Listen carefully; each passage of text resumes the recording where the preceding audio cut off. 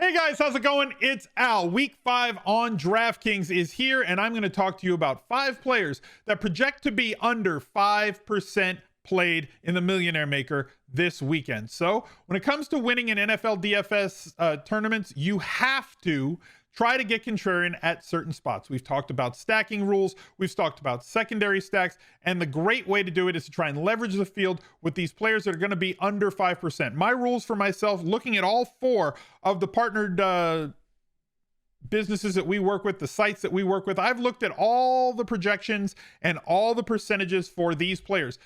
Every one of the players that I'm going to mention in this video projects for under 5% on at least 3.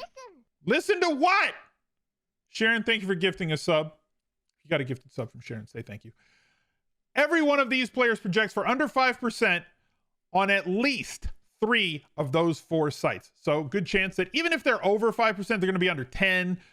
So go with it as it is. Thank you guys for being here. Drop a like on the video, subscribe to the channel, ring the notifications bell, and let's hit it. He's a legend.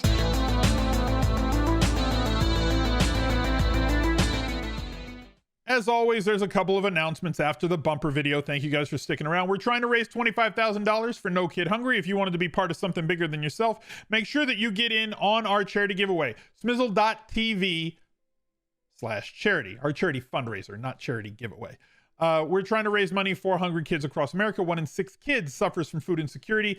And if you're playing daily fantasy and you're watching these videos, every single dollar helps. So if you click below on the description, expand that by clicking show more, or just type smizzle.tv/charity in the URL part of your browser.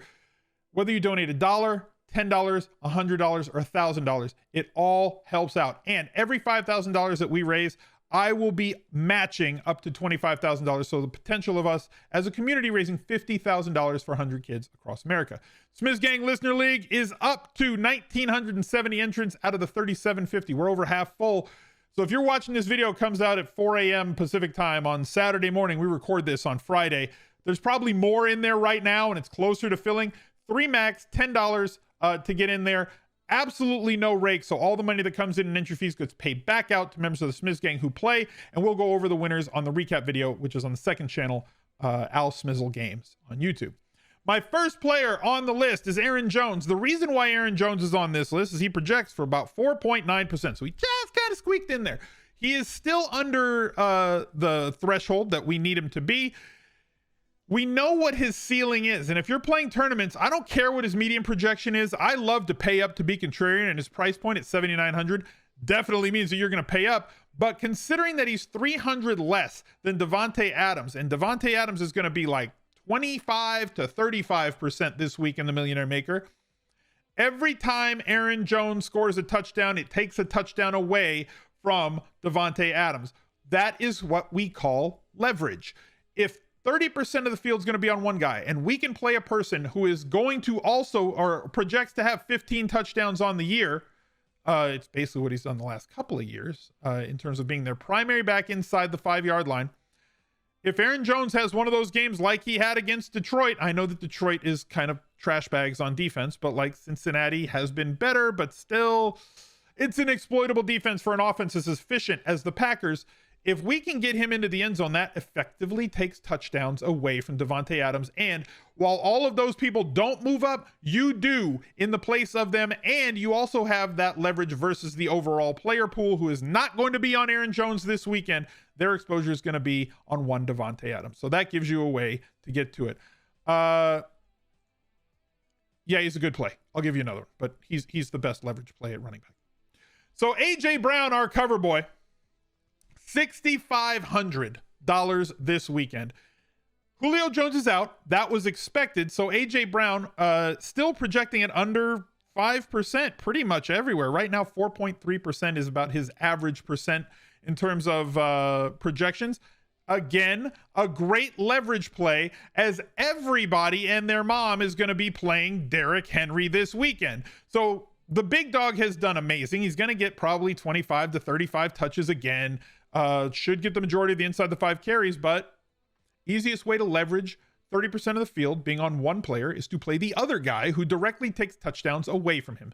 So is it out of the realm of possibility to think that AJ Brown could get 7 to 12 targets this weekend? Is it out of the realm of possibility to think Derrick Henry carries the ball for 115 to 130 yards this weekend and possibly scores no touchdowns? But those touchdowns do go to one AJ Brown. Arthur Juan could be the guy who kind of breaks the slate if he does that. If he gets you 120 yards on 7 catches for 2 touchdowns, and under 5% of the field are on him against the Jacksonville defense that really can't stop anybody, I'll take that. I'll take that chance every single day in tournaments and twice on Sunday. I'll probably play more than twice this Sunday.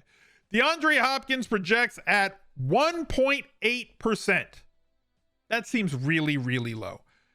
Now let's talk about this for a second. There's not that many games that have ridiculously high totals on this slate, and the 49ers versus the Cardinals is one that has the highest total on the slate at 52.5, one of the highest team totals. Let's just go check the live dashboard here, right? So like we have over here, 26.5 is their expected points. That total has actually come down. It's now at 49, but 26.5 expected points coming from the Cardinals. DeAndre Hopkins has not been utilized this year thus far as he has in previous years. If you learned nothing from the first 4 weeks of the season, it's that projecting players to maintain unreasonable usages versus what their previous years were, like let's use Cooper Kupp, for example. When I said it's unsustainable for Cooper Kupp to be able to keep 38 to 40% of the target market share for the Rams, and people got real mad at me. What do you mean he can't? He's clearly Stafford's number 1 target. They eat breakfast together. And then Robert Woods has about 48 targets, catches 27 balls for 2,000 yards on Thursday Night Football, because of course he did, because 38% is unsustainable. Now looking at that conversely, DeAndre Hopkins has been a player that we've consistently known can get 10 to 15 targets in a game, can explode, especially against divisional opponents, and get you a game where he gets 1 to 2 touchdowns, can catch 9 or 10 balls for 125 yards. So if he's underperforming and his price has come down, right? It was 78, then 8, 82, 77 last week against the Rams, and now down to 7,600. The price comes down, the percentage on him comes down. People start to believe that he's not this great player anymore, and he still is. I want to jump on the train for tournaments when everybody else is getting off. So if everybody else is getting off Andre Hopkins in their tournament lineups, that's exactly when I want to play him. Whether it's as a secondary stack, a one-off, or I know a lot of people are going to be on Trey Lance skinnies and Trey Lance doubles this week. He makes the perfect bring back player. If you're playing Kyler stacks, makes the perfect sneaky play because you're paying up to be contrarian for a guy who's under 2% on projection. DeVonta Smith is under 1% on projection, and I don't seem to know why. I can't figure it out. All he's done is produce. He also is leading this team in terms of targets, target percentage, air yards, unrealized air yards. He only has 1 touchdown, which based on the amount of usage that he's getting, especially targeted downfield, had a touchdown called back this week because he was pushed out of bounds and stepped out on the sideline. They love DeVonta Smith, and Jalen Hurts does nothing but continually pile up fantasy points. And if this is his number 1 target, projecting for checks notes 0.9%, are you kidding me? 0.9% is absurd. Now let's say he blows up and 4x is that, and he's at 3.6% by the weekend. That's way too low for somebody getting this much service on a week in, week out basis, including red zone work, including end zone work. If they're winning, it's probably going to be because DeVonta Smith had a good game. If they're losing, it's probably because DeVonta Smith is going to pick up a lot of targets in garbage time. That percentage is out of whack, and it just seems to be because he's not one of the premium guys at like 7K, and this is becoming such a stars and scrubs week that he's falling in a place where people just don't find their way to him when they're building lineups, and it's leaving him in this awkward void. So like, great. If nobody's playing DeVonta Smith, then I guess I will, whether it's a part of Jalen Hurts stacks, whether if I'm not playing either quarterback, I'm going to make sure that DeVonta Smith gets a couple of flame emojis and works his way into my lineups as a part of a secondary stack, or possibly a one-off just to be different. And my tight end for this week, Dalton Schultz, 4,400. Going to be lower played because of plays in the area. There's a lot of cheap tight end plays. Waller is the most expensive. Ricky Seals-Jones is going to be popular. Mike Gesicki, who's 200 cheaper, is going to be extremely popular. But like, what has Dalton Schultz done to not make people want to have shares of him? Dallas still throwing the ball enough, although they've thrown it less the last few weeks. But Schultz seeing a massive amount of the target market share. As the reason seems, Dak has always liked throwing the ball inside, right? He throws it outside, he takes shots deep, but the majority of his targets, we watched CeeDee Lamb do it when he was running out of the slot last year. We watched Dalton Schultz do really well last year, and he started this year doing really well also. Now, am I expecting a touchdown or 2 touchdowns? I never try to predict touchdowns. All I can do is predict volume. But he is being utilized a lot inside the red zone, is getting end zone targets, which are extremely valuable. And the fact that he has gotten 6, 7, and 8 targets in 3 of the 4 games this year, and now projects at under 5% at an average of 4.3% across those 4 sites, gives me an option to get a guy who Gesicki is the chalkier play. Fant is also a great play, especially with Teddy Two Gloves coming back. But Dalton Schultz is going to be sub 5.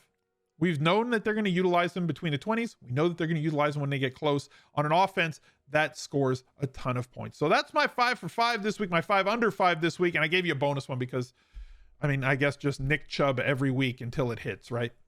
This is my life now. This is where I am. I hate it here. Look for another video right there.